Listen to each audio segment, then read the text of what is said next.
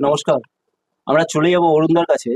বলছি অরুণদা, তুমি যে আজকের এত কোটি মানুষ তোমাকে চেনে, তো সেই জায়গা থেকে তুমি যে শুরুয়াত করেছিলে যখন, আজকে যে ফোনপে পাওয়াটা, তো ফোনপে পাওয়াটার শুরু দিয়ে যে কিভাবে তুমি স্ট্রাগল পিরিয়ডটা শুরু করেছে, তখন দিয়ে তোমার জীবনের কি একেবারেই তুমি কি ডিজে অরুণ নামে নো নো বিখ্যাত হয়েছো?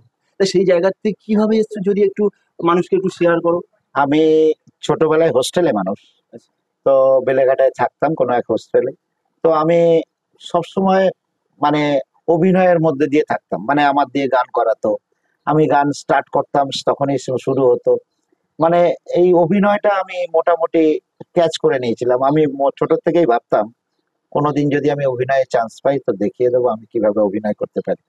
তো তাই সেটা থেকে পর পর ওটা আমার মনে রয়েছিল। সাংসারিক কিছু প্রবলেম ছিল যার জন্য আগাতে পারিনি আমি। কেমন কেমন ভাবে, মানে কি, মানে মানে পয়সার পয়সা? দিক দিয়ে না না, আমার বাবা মার কিছু একটু মানে এ কম ছিল, মানে আমাকে তুলে ধরার মধ্যে দিয়ে যে টাকার দরকার সেটা অবশ্যই, বাবা মার দিকে অবশ্যই। পেতাম না। অবশ্যই সবকিছু, কারণ আমি হোস্টেলে যখন মানুষ হই তখন ভাবছিলাম যে আমার বাবা মা যদি একটু সক্ষম হতো, অক্ষম টাইপের সেভাবে নয়, মানে চলার মতো ছিল আর কি, মধ্যবিত্ত হিসাবেই আমরা চলতাম। তো সেইভাবে যখন আমি জায়গায় হোস্টেল থেকে বেরিয়ে আসলাম, তারপর থেকে বিভিন্নভাবে বিভিন্ন কোম্পানি বিভিন্নভাবে বিভিন্ন জব করেছি। কারণ তারপরে আমার পড়াশোনা আর হয়নি, কারণ সেভাবে সাপোর্ট থাকলে আমি এখন অনেক দূর পর্যন্ত আগানোর প্ল্যান ছিল। প্রথম প্ল্যান আমার ডাক্তার হওয়ার প্ল্যান ছিল, আর তারপরে তো আমি এই অভিনয় জগৎটাকে পছন্দ করেছিলাম।